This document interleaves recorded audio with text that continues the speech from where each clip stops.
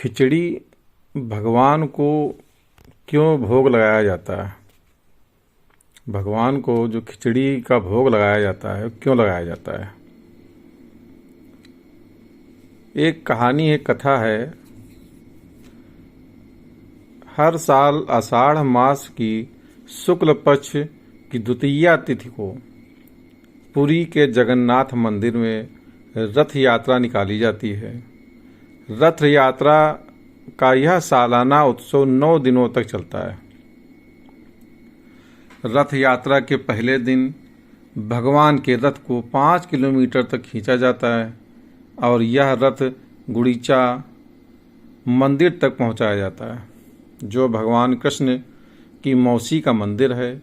वहीं जगन्नाथ भगवान 8 दिन तक मौसी के यहाँ रहते हैं और 9वें दिन यानी कि देवशयनी एकादशी से एक दिन पहले आषाढ़ मास की शुक्ल पक्ष की 10वीं तिथि को भगवान जगन्नाथ मंदिर में वापस आ जाते हैं।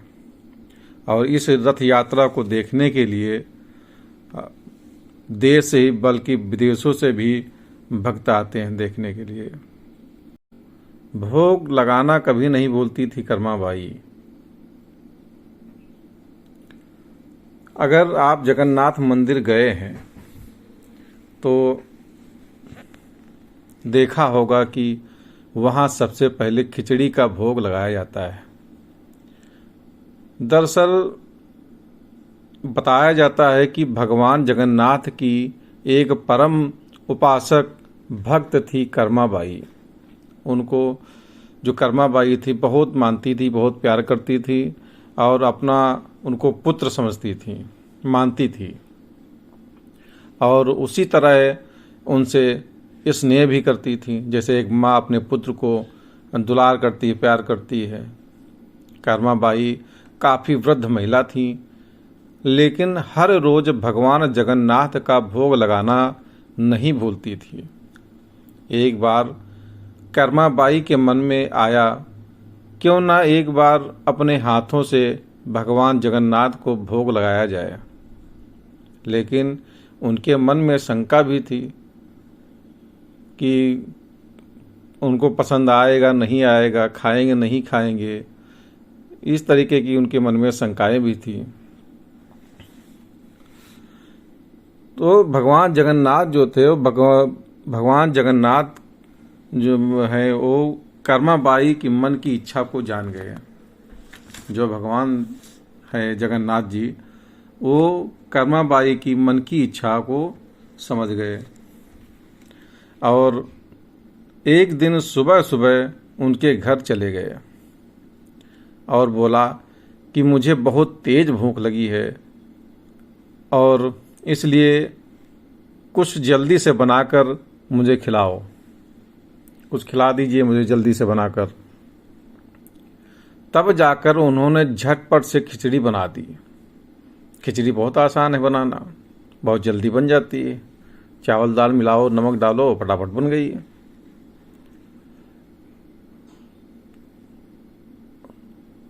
खिचड़ी बना दी क्योंकि उसको बनाने में ज़्यादा समय नहीं लगता है।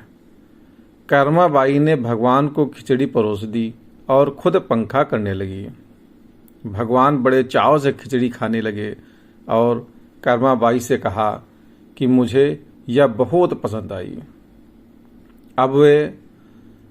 अब से वे रोज खिचड़ी खाने जाएंगे।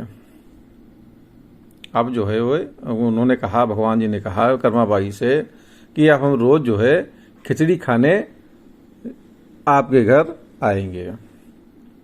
भगवान जगन्नाथ की बात सुनकर कर्मा बाई बहुत प्रसन्न हुई।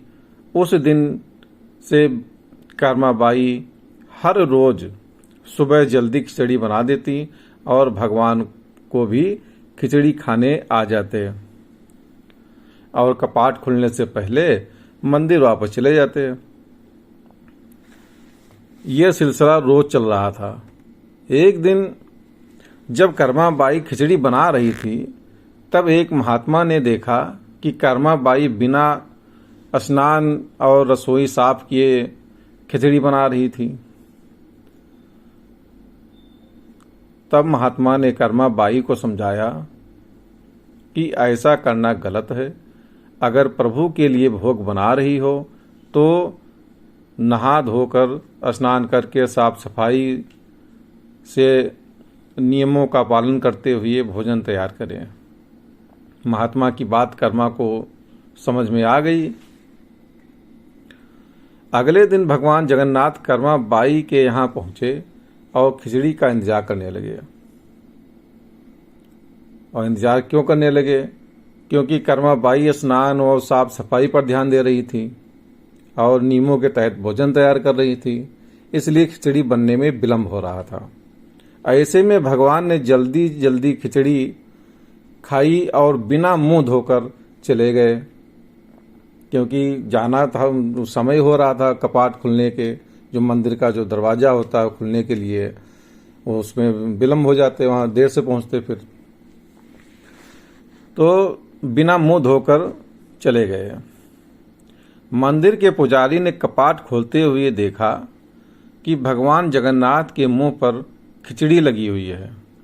जब पुजारी ने भगवान से इसकी वजह जानी तो भगवान ने सब कुछ बता दिया और कहा कि भगवान तो केवल भाव के भूखे होते हैं। अगर सच्चे मन से भक्त केवल पत्तों का भोग लगाया तो उसका स्वाद सोने चांदी की थालियों में लगे भोग से ज़्यादा स्वाद रहता है। जो स्वाद भक्त के भाव में होता है वह 56 भोग से कहीं ज़्यादा होता है। जब यह बात महात्मा को पता चली तो उनको बहुत अफसोस हुआ और उन्होंने कर्मा बाई से माफ़ी मांगी और कहा कि जैसा तुम भोग लगाना चाहती हो या जैसे चाह रही थी अपने मन से, अपने जैसे भी अपना जैसे लगाना चाह रही थी वैसे ही लगाओ। महात्मा ने कहा कि भगवान तो केवल आस्था और श्रद्धा चाहिए, इससे बढ़कर कोई और नियम नहीं है। भगवान को प्राप्त करने के लिए और कोई नियम नहीं है, सिर्फ प्रेम भाव होना चाहिए, श्रद्धा होनी चाहिए। कुछ दिन बाद कर्मा बाई ने शरीर को त्याग दिया। उस दिन पुजारी ने मंदिर के कपाट खोले तो देखा भगवान जगन्नाथ की आंखों में आंसू आ गए। आंसू बह रहे थे और रो रहे थे। मतलब पुजारी ने पूछा, भगवान आखिर क्या हुआ है, आप रो क्यों रहे हैं? तब प्रभु जगन्नाथ ने पुजारी से कहा कि आज मेरी माँ कर्मा बाई इस लोक को छोड़कर मेरे लोक में, मतलब कि स्वर्ग में आ गई है। अब मुझे खिचड़ी कौन खिलाएगा? जिस प्रेम से खिचड़ी बनाती और मुझे खिलाती थी, अब ऐसा कौन करेगा? तब पुजारी ने कहा कि हे प्रभु, हम आपको आपकी माँ की कमी को महसूस नहीं होने देंगे। आज के बाद से आपके लिए सबसे पहले खिचड़ी का ही भोग लगाया जाएगा। इसके बाद से भगवान जगन्नाथ के लिए हर रोज खिचड़ी बनाई जाती और उनका भोग भी लगाया जाता है। तो इसलिए खिचड़ी भगवान को बहुत प्रिय है, बहुत ही उनको स्वाद आता है खिचड़ी में, इसलिए उनको पसंद है खिचड़ी खाने के लिए। जय श्री राधे कृष्ण। अगर कहानी, ये कथा आपको अच्छी लगी है तो ज़रूर कमेंट में लिखिए।